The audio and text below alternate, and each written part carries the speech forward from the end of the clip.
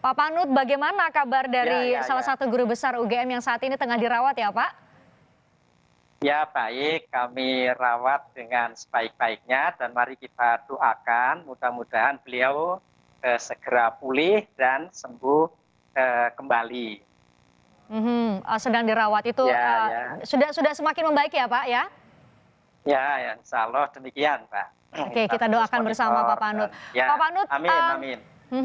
Pak Panut 28 Februari sempat dikeluarkan surat edaran dari rektor dari Anda, statusnya Ya, ya, siaga. ya. Sekarang sudah meningkat menjadi statusnya awas. Jadi apa langkah paling cepat yang dilakukan oleh UGM pasca ada pengumuman positif satu guru besar positif COVID-19?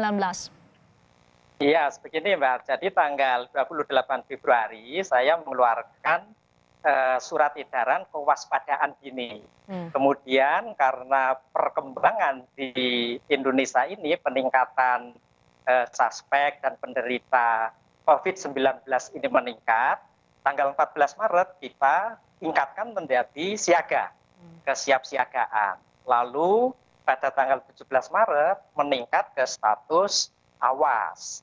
Itu semata-mata sebetulnya adalah untuk melindungi warga Universitas Gadjah Mada secara keseluruhan agar mereka itu terhindar dari penyebaran COVID-19. Jadi tujuan utama kami meningkatkan status awas adalah betul-betul demi melindungi warga Universitas Gadjah Mada secara keseluruhan dengan melihat perkembangan penyebaran COVID-19 di Indonesia ini. Demikian Pak Christian. Selain untuk meningkatkan kewaspadaan tadi yang Pak Panut sebut, langkah konkret apa yang dilakukan oleh UGM? Hand sanitizer, ada pemeriksaan yang jauh lebih ketat dibanding sebelumnya, atau seperti apa Pak Panut? Oh iya, ya, betul sekali. Jadi kita langsung saat itu bahkan ketika status siaga itu sudah membentuk Satgas COVID-19 yang dimotori oleh teman-teman dari Fakultas Kedokteran, Kesehatan Masyarakat, dan Keperawatan dibantu dengan tenaga-tenaga dari fakultas-fakultas lain. Nah, Satgas inilah yang memberikan nasihat-nasihat, rekomendasi-rekomendasi kepada rektor untuk melakukan langkah-langkah urgen yang diperlukan.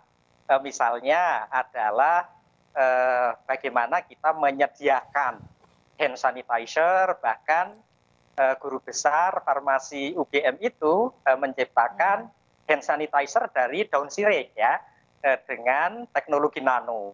Kemudian juga tentang kuliah, langsung kita adakan kuliah dengan cara online gitu, tidak ada lagi kuliah di kelas dengan cara klasikal begitu.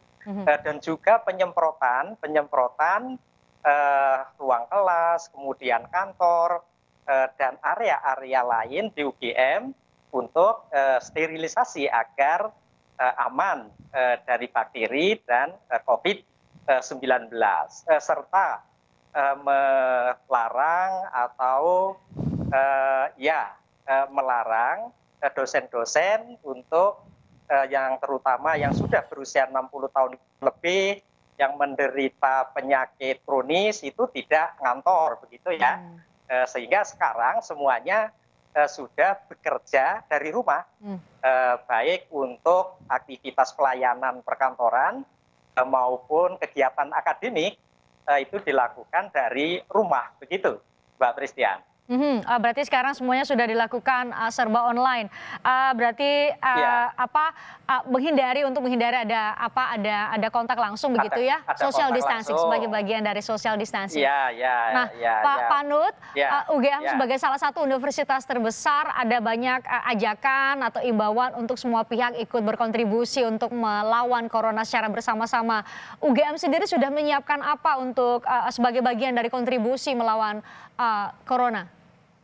Ya, itu Mbak Christian tadi bahwa kami sedang menyiapkan PCR untuk tes secara cepat karena di Jogja itu membutuhkan tes untuk penentuan positif negatif dari kasus corona ini ya. Ini labnya kita siapkan dan mudah-mudahan segera beroperasi.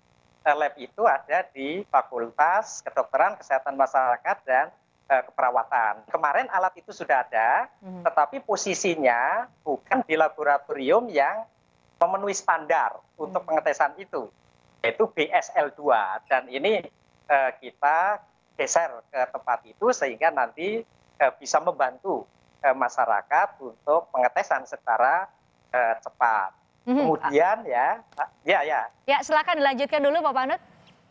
Iya, kemudian yang lain adalah bahwa kami berharap masyarakat itu untuk bahu-membahu begitu mengatasi masalah ini.